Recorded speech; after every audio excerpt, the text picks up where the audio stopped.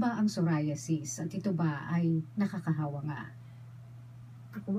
Sige. Actually, ang psoriasis po ay isang kondisyon ng balat kung saan yung normal people kasi nagpapalit ng balat every 30 days. Kaming mga may psoriasis condition, ng tendencies namin, every 3 days lang nagpapalit kami ng balat. Scaly, kaya medyo, kung makikita mo para siyang kumakapal siya, mas mabilis siya kumapal, na namumula, pero hindi siya nakakahawa. Mukha lang, kasi alam mo naman ang mga Pilipino, very vain, di ba? So, kung ano yung pimples nga lang, parang guguho na ang mundo nila dahil hindi matanggal ang pimples. What more, yung may mga condition sa balat na pagka nakita, ano ba yun? Kasi not everybody knows what is psoriasis. So, yun po yung advokasya ng Sorfil na imulat ang mata ng mga tao na ang psoriasis ay hindi nakakahawa. Ikaw, Jay, kailan ka nagkaroon ng psoriasis? Nagkaroon ako nito when I was 19 years old. And I'm 35 now, so mga 14 years. 14 years na. Oo. Bakit nag-break out yan? Bakit lumabas yung psoriasis mo? Actually, hindi ko masasabi kasi hindi naman dahil sa stress sa school. Ay, hindi naman. Oo. Kumbaga ako yung tipong happy-go-lucky at that time So hindi ko masyadong iniintindi yung mga problema noon. Bigla na lang lumabas, nag-start dito sa may eyebrows ko, and then nagkaroon sa scalp, and then kumalat na all over. So, ikaw naman, Jude, kailan din lumabas? 2014 lang, bago lang ako. So, yun. Siguro stress na rin sa trabaho dahil nagtatrabaho sa call center. Araw-araw po yan. Sabi kasi nila ang psoriasis, it has a genetic predisposition. So, you have to have it in your genes. Another is... Sabi yung gene na IL-17 ba yun? Yun ang natitrigger, yung tiny molecule na yun? I'm not sure particularly kung which gene, pero yun, sabi kasi hereditary siya. Plus, the fact na you have to have a trigger. Pwedeng stress, pwedeng you got through this depression. So, you have to have kaya nagkasakit ka ng isang diabetes or whatever infection. Condition. Na bumaba yung immune system mo. Actually, it's an immune system condition. Pagka mababa ang immune system mo, mas prone ka. Pero hindi lahat. Hindi lahat. Kasi, kahit bumaba pa yung immune system ng iba, hindi lahat ay magkakaroon ng psoriasis. Yeah. Since this is genetic. Ganun. Nasa genes mo yan. So, kayo ba? May mga lahi kayo? Sa inyong mga kamag-anakan, may nalalaman kayo? Nung na-diagnose ako, tinrack ko yung family tree, wala akong nakita Kaya sabi ko dun sa doktor ko, dun sa terma ko, doktora, wala naman akong nakita. Sabi niya sa akin, might start in you. Kumbaga ikaw ang carrier, aray ko. Then sabi ko, sana, stop na sa akin, please. May mga anak ka ba? Yeah, actually, lumabas yung psoriasis ko when I gave birth to my youngest.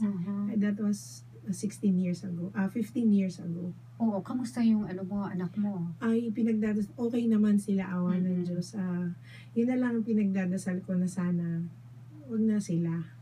So, hindi natin mapipigilan ito sa paglabas? Yeah. Actually, may mga studies din na ang isang tao may psoriasis pero hindi lumalabas. Kasi, kumbaga, may conduit dapat. So, may trigger factor may trigger talaga. Ngayon, ikaw, halimbawa si Jay, talagang may psoriasis siya. Pero, nandun lang sa kanya, hindi siya mag-flare. May ganong sitwasyon. Pero mostly, sa amin, nagmamanifest talaga sa balat. So, paano yan? Pag nagsimula na lumabas yung psoriasis, gaano kadalas na muling bumabalik at nag-flare up yung inyong kondisyon? It actually differs. In my case, I've had it lang ng mga 4 months and then I'm on remission, konting-konting patches na lang. On Jay's case, he never had a remission for 14 years. So, tuloy-tuloy ka lang, Jay? Yes. Na merong mga flare-ups? Anong nangyayari sa iyong balat? Continuously, meron siya mga scales, red patches, and then it's very uncomfortable, makate, and then usually mainit ang pakiramdam. Yeah. Nakakainit ng ulo. Oo. Madilim ay blood. So, anong may mga parang first aid kayo or immediate measures na ginagawa just to relieve the kate and the pain? Yes, number one is the moisturizers and petroleum jelly para lumambot yung scales. And minsan, pagka pinaprescribe ng doktor, may mga topical medicines. Oh, ngayon, yung mga gamot na orally, yung iniinom orally, do they help you, yung mga gamot na yun? Yes, actually ako, nung I was diagnosed, kasi I was covered 100% from my scalp down to my toes. So, talagang makikita niyo po ako that time, yung guttate psoriasis, isa sa klase ng psoriasis yun, na para akong Dalmatian. Oh. May polka dots, yung maliliit na parang raindrops sa balat ko. Tapos, that's the time when my derma told me to take methotrexate. Isang maliit na gamot siya na, nung tinake ko, hindi mo siya basta-basta iti-take. Kasi you have to take it, parang ano siya dinideepered siya. Ano ba tawag doon? Tinitapered siya. Oo. You have to take it paunti-unti lang. Kasi it's a chemomed. Actually. Kasi pareho lang. It doesn't necessarily may cancer ka para gamitin mo yun. Pinagamit sa iyo yun because pareho kayo ng proliferation ng cells, mabilis. So, yun yung nagpapabagal. Kaya lang, it will attack your kidneys, your liver. Kaya, you have to undergo management. Kumbaga may management talaga, may communication kayo ng doktor mo.